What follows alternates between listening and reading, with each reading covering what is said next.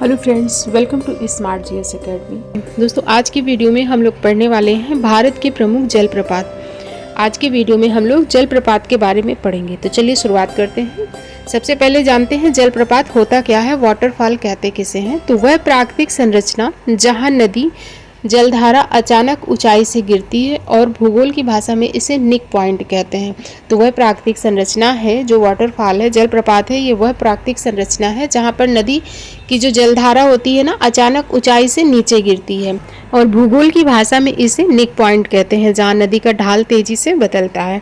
अब हम लोग भारत के टॉप 10 जलप्रपात देखते हैं, उसके बाद फिर हम लोग स्टेट वाइज जलप्रपात देखेंगे।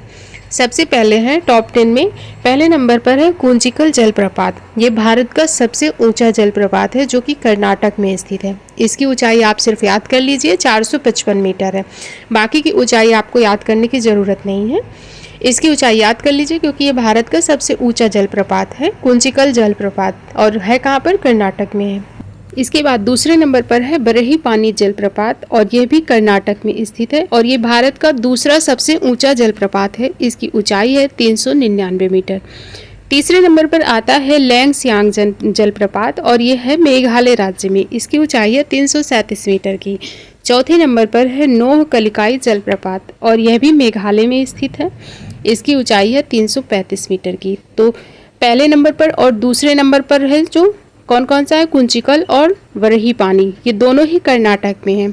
फिर तीसरे नंबर पर और चौथे नंबर का जो है ये दोनों मेघालय में स्थित हैं। और फिर पांचवें नंबर पर जो है यह भी मेघालय में ही स्थित है और ये है नो सिंगथियांग जलप्रपात, ये भी मेघालय में है। इसकी ऊंचाई है 315 मीटर की। इसके बाद फिर है दूध सागर जलप्रपात, ये गोवा में स्थित है। इसकी ऊंचाई है 310 मीटर की। किनरेन जलप्रपात, यह मेघालय में स्थित है। इसकी ऊंचाई 305 मीटर की है। और फिर है 8वें नंबर पर है मीनमुटी जलप्रपात, ये केरल राज्य में स्थित है। इसकी ऊंचाई 300 मीटर की है। और 9वें नंबर पर आता है जोग जलप्रपात, यह कर्नाटक राज्य में है। इसकी ऊंचाई है 253 मीटर की। और 10वें नंबर पर आता है धुआंधार जलप्रपात, यह मध्य प्रदेश में स्थित है, नर्मदा नदी पर। इसकी ऊंचाई 100 मीटर से अधिक है। तो ये टॉप 10 जलप्रपात हैं भारत के। अब इसके बाद हम लोग स्टेट वाइज जलप्रपात देखते हैं। सबसे पहले देखते हैं कर्नाटक के प्रमुख जलप्रपात। पहला है कुंचिकल जलप्रपात। कुंचिकल जलप्रपात भारत का सबसे ऊंचा जलप्रपात है। भारत में जो जलप्रपात हैं इनमें सबसे ऊंचा कौन सा है वाटरफॉल, तो वो है कुंचिकल वाटरफॉल और ये कर्नाटक राज्य के शिमोगा जिले में वाराही नदी द्वारा बनाया गया है। तो अगर आपसे नदी पूछी जाती है तो वाराही नदी है, जिला पूछेगा तो शिमोगा है, राज्य पूछे तो कर्नाटक है। तो ये कर्नाटक के शिमोगा जिले में वाराही नदी द्वारा बनाया गया है और यह 455 मीटर ऊंचाई पर है, लगभग 455 मीटर की ऊंचाई पर यह झरना है। इसके बाद दूसरा है शिव समुद्रम, यह भी कर्नाटक में है। कर्नाटक के मांड्या जिले में कावेरी नदी पर है। कर्नाटक के मांड्या जिले में है शिव समुद्रम और शिमोगा जिले में है कुंचिकल जलप्रपात। और शिव समुद्रम किस नदी पर है, तो ये कावेरी नदी पर है और यह एक अवरोही जलप्रपात है, सेगमेंटेड वाटरफॉल है। और ये वाटरफॉल मुख्य 2 शाखाओं में विभक्त हो जाता है, गगनचुकी और भरचुकी में विभाजित होता है। और एक चीज़ यहाँ से याद रखें कि 1902 में भारत की पहली जल विद्युत परियोजना यहाँ शुरू की गई थी, इस वजह से ये इम्पोर्टेंट हो जाता है। तो शिव समुद्रम को याद रखें, कर्नाटक के मांड्या जिले में है, कावेरी नदी पर। इसके बाद फिर अगला है जोग जलप्रपात। ये भारत के कर्नाटक राज्य में स्थित एक प्रसिद्ध जलप्रपात है जो कि शरावती नदी पर बना है और इसकी ऊंचाई कुल कितनी है, तो 253 मीटर इसकी ऊंचाई है। और इस वाटरफॉल की विशेषता क्या है कि ये 4 अलग अलग धाराओं में गिरता है जिन्हें अलग अलग नाम से जानते हैं। कौन कौन से हैं वो नाम, पहला है राजा, जो सबसे ऊंची और सीधी जलधारा है उसे राजा नाम से जानते हैं। दूसरा है रोरर, ये अत्यधिक शोर उत्पन्न करने वाली धारा है, जो अत्यधिक शोर उत्पन्न करती है इसकी धारा उसे रोरर नाम से जानते हैं। तीसरा है रॉकेट, ये छोटे छोटे भागों में तेजी से गिरती हुई धारा है। और चौथी है रानी, जो कि धीरे धीरे और कोमलता से गिरने वाली धारा है, उसे रानी नाम से जानते हैं। तो जोग जलप्रपात भारत के कर्नाटक राज्य में स्थित है, शरावती नदी पर है, ऊंचाई 253 मीटर की है और ये 4 धाराओं में गिरता है। ये चीज़ याद रखिए, 4 अलग अलग धाराओं में गिरता है और इन 4 अलग अलग धाराओं को अलग अलग नाम से भी जानते हैं, राजा, रोरर, रॉकेट और रानी। ये 4 धाराओं के नाम हैं। और जोग जलप्रपात को एक और नाम से भी जानते हैं, गोरसप्पा जलप्रपात, या फिर इसी को महात्मा गांधी जलप्रपात के नाम से भी जाना जाता है। इसके बाद कुछ और है कर्नाटक में जलप्रपात, जो कि आप एक नज़र देख लीजिए, ज़्यादा इम्पॉर्टेंट नहीं है। जैसे गोकक जलप्रपात, ये घटप्रभा नदी पर है, और बरकाना जलप्रपात ये सीता नदी पर है, और मागोड़ ये बेड़ती नदी पर है, और हिब्बे जलप्रपात ये भद्रा नदी पर है। तो ये हो गए नदियों के नाम, और ये चारों ही कर्नाटक में स्थित हैं। इसके बाद फिर हम लोग मध्य प्रदेश के देखते हैं। मध्य प्रदेश में जो पहला है वो है बहुती जलप्रपात। बहुती जलप्रपात ये मध्य प्रदेश का सबसे ऊंचा जलप्रपात है, वाटरफॉल है। ऊंचाई है इसकी 145 मीटर की, और ये है कहाँ पर मध्य प्रदेश में, लोकेशन क्या है इसकी, तो मऊगंज जिले में सेलर नदी पर स्थित है। नदी पूछी जाए तो सेलर नदी जो है ये टोंस की सहायक नदी है। तो बहुती जलप्रपात ये मध्य प्रदेश का सबसे ऊंचा जलप्रपात है। भारत का सबसे ऊंचा जलप्रपात हमने कौन सा पढ़ा है, तो कुंचिकल जलप्रपात है। और मध्य प्रदेश का कौन सा है, तो बहुती जलप्रपात है, जो कि मध्य प्रदेश के मऊगंज जिले में स्थित है, सेलर नदी पर। इसके बाद फिर दूसरा है कपिल धारा जलप्रपात। यह मध्य प्रदेश के अमरकंटक में स्थित है और नर्मदा नदी पर है। अमरकंटक से ही नर्मदा का उद्गम है। आप सभी को पता होगा कि जो नर्मदा नदी है इसका उद्गम स्थल क्या है, तो अमरकंटक ही है। और कपिल धारा का नाम ऋषि कपिल मुनि के नाम पर रखा गया है, जिनके बारे में कहा जाता है कि उन्होंने यहाँ पर तपस्या की थी, इसी वजह से इसका नाम कपिल धारा जलप्रपात है। तो कपिल धारा जलप्रपात मध्य प्रदेश में है, अमरकंटक में है, और नदी नर्मदा है। ठीक है। फिर तीसरा है धुआंधार वाटरफॉल। यह मध्य प्रदेश के जबलपुर में स्थित है, और यह नर्मदा नदी पर है। और ये कहाँ पर है, लोकेशन इसकी, तो भेड़ाघाट क्षेत्र में यह पड़ता है। इसकी खास बात यह है कि यहाँ जब पानी ऊंचाई से गिरता है ना, तो उसकी तेज धारा से पानी की बूंदें हवा में उड़ती हैं, तो धुएं जैसा प्रतीत होता है, और इसी वजह से इसका जो नाम है धुआंधार वाटरफॉल है। और भी कुछ है मध्य प्रदेश में जलप्रपात। चचई जलप्रपात ये बीहड़ नदी पर है। दुग्धधारा जलप्रपात ये नर्मदा नदी पर है। सहस्त्रधारा ये भी नर्मदा नदी पर है, और पाताल पानी ये चंबल नदी पर है। तो ये कुछ अन्य जलप्रपात हैं मध्य प्रदेश के। तो मध्य प्रदेश में हमने कौन कौन से देखे हैं, बहुती जलप्रपात जो कि मध्य प्रदेश का सबसे ऊंचा वाटरफॉल है, कपिल धारा वाटरफॉल, धुआंधार वाटरफॉल, चचाई वाटरफॉल, दुग्धधारा, सहस्त्रधारा और पाताल पानी वाटरफॉल। इसके बाद फिर छत्तीसगढ़ के वाटरफॉल देखते हैं। छत्तीसगढ़ राज्य में जो सबसे पहला है वो है चित्रकूट वाटरफॉल। चित्रकूट वाटरफॉल ये भारत का नियाग्रा भी इसे कहा जाता है। तो नियाग्रा इसे क्यों कहते हैं, तो देखें नियाग्रा जलप्रपात ये देखिए यूएसए और कनाडा की सीमा पर है, और ये काफ़ी बड़ा और ब्यूटीफुल है। तो जो भारत का चित्रकूट वाटरफॉल है इसे उपमा दी गई है नियाग्रा वाटरफॉल का। तो इसी वजह से इसको भारत का नियाग्रा कहते हैं, क्योंकि नियाग्रा वाटरफॉल कहाँ है, तो यूएसए और कनाडा की सीमा पर है, और उसी की उपमा दी गई है या उससे तुलना की गई है किसकी, चित्रकूट वाटरफॉल की, जो कि छत्तीसगढ़ में है। और ये छत्तीसगढ़ के बस्तर जिले में है, इंद्रावती नदी पर। ऊंचाई कितनी है, तो 90 फीट इसकी ऊंचाई है, और ये छत्तीसगढ़ का सबसे चौड़ा जलप्रपात है। और बारिश के समय पर ये लाल दिखता है। क्यों लाल दिखता है, क्योंकि बारिश के समय पर जो मिट्टी आती है ना इसमें मिक्स हो जाती है, इस वजह से इसका जो जल है वो रेड कलर का दिखने लगता है। और चांदनी रात में सफ़ेद चमकता है, क्योंकि पानी पर पड़ने वाली चंद्रमा की रोशनी इसे चमकदार बना देती है। ये इस वाटरफॉल की खास बात है। और इससे क्वेश्चन भी काफ़ी पूछे जाते हैं कि भारत का नियाग्रा किस वाटरफॉल को कहते हैं, तो चित्रकूट वाटरफॉल को कहते हैं। और है किस राज्य में, ये छत्तीसगढ़ के बस्तर जिले में है। नदी कौन सी है, इंद्रावती। इसके बाद फिर दूसरा है धोबी जलप्रपात, जो कि महाराष्ट्र में है। अब हम लोग महाराष्ट्र का देखते हैं, तो धोबी जलप्रपात, और ये महाबलेश्वर महाराष्ट्र में है। नदी कौन सी है, कोयना नदी है। इसका नाम धोबी जलप्रपात क्यों पड़ा, क्योंकि पुराने समय में स्थानीय धोबी यहाँ पर कपड़े धुलते थे। इस वाटरफॉल के नीचे चट्टानों और पानी की तेज प्रवाह के कारण कपड़े अच्छे से साफ हो जाते थे, कपड़ों की धुलाई अच्छे से हो जाती थी। इसी वजह से इसे धोबी जलप्रपात कहा जाने लगा।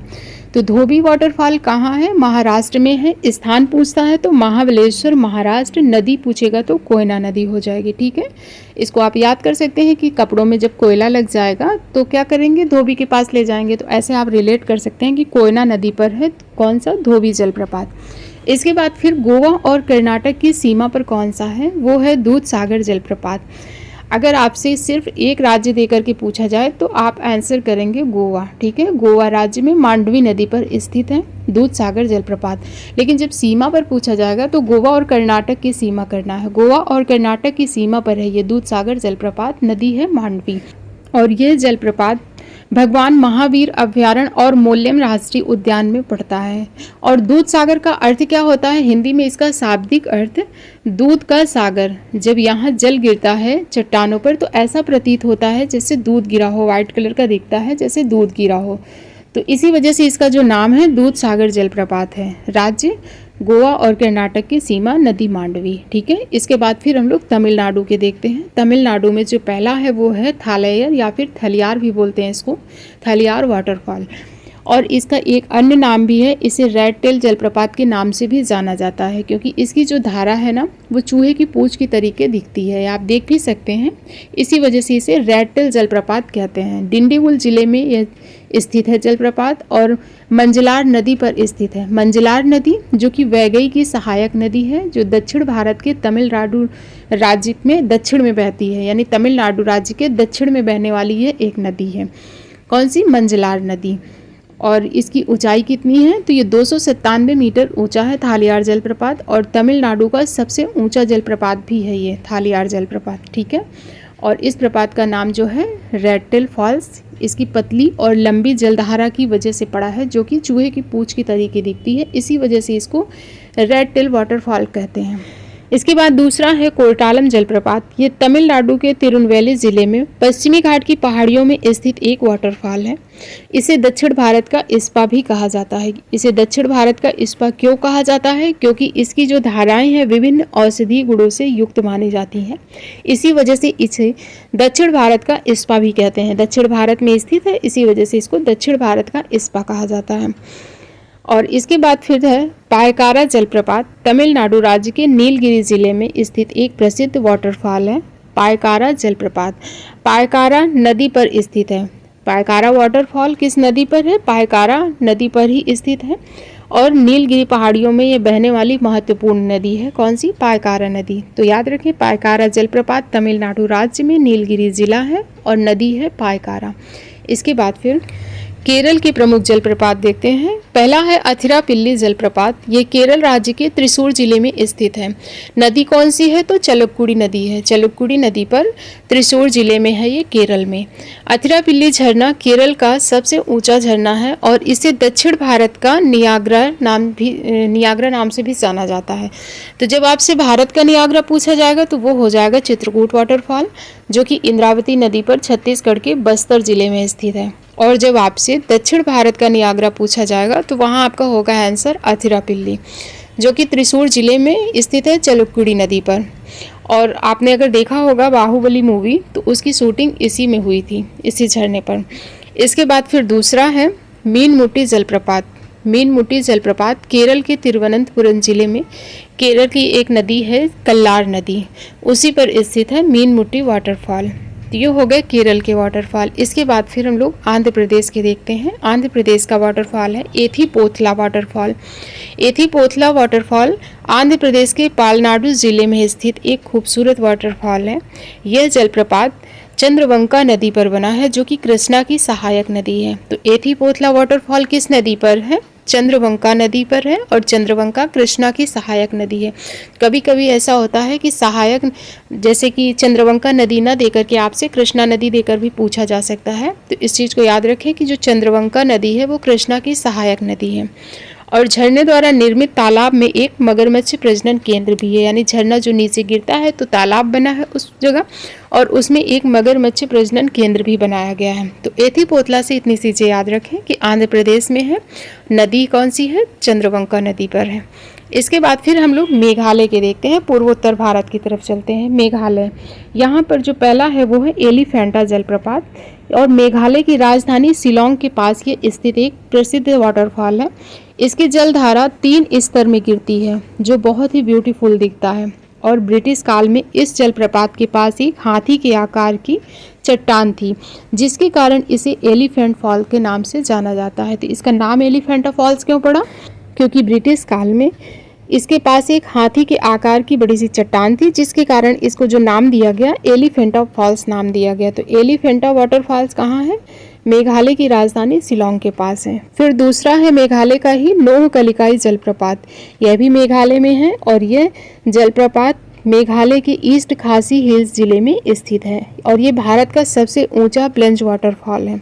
प्लंज वाटरफॉल किसे कहते हैं?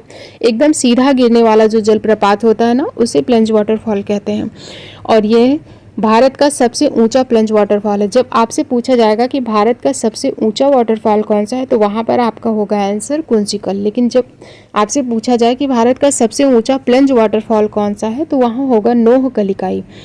ऊंचाई कितनी है इसकी? तो 340 मीटर की है और ये भारत का सबसे ऊंचा सीधा गिरने वाला जलप्रपात है। फिर हम लोग झारखंड में देखते हैं।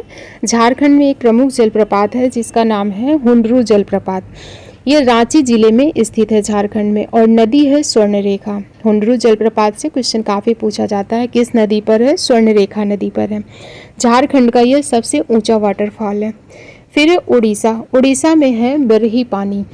ये उड़ीसा राज्य के मयूरभंज जिले में स्थित है और किस नदी पर है? तो बुद्धबलंगा नदी पर स्थित है और यह भारत के सबसे ऊंचे जलप्रपातों में से एक माना जाता है और यह प्रसिद्ध सिमलीपाल राष्ट्रीय उद्यान के अंदर पड़ता है। तो यहाँ से क्वेश्चन पूछा जाता है कि सिमलीपाल राष्ट्रीय उद्यान के अंदर कौन सा वाटरफॉल है, तो वो है बरही पानी वाटरफॉल और ये मयूरभंज जिले में है। उड़ीसा के किस जिले में है? मयूरभंज जिले में है। नदी है बुद्धबलंगा नदी।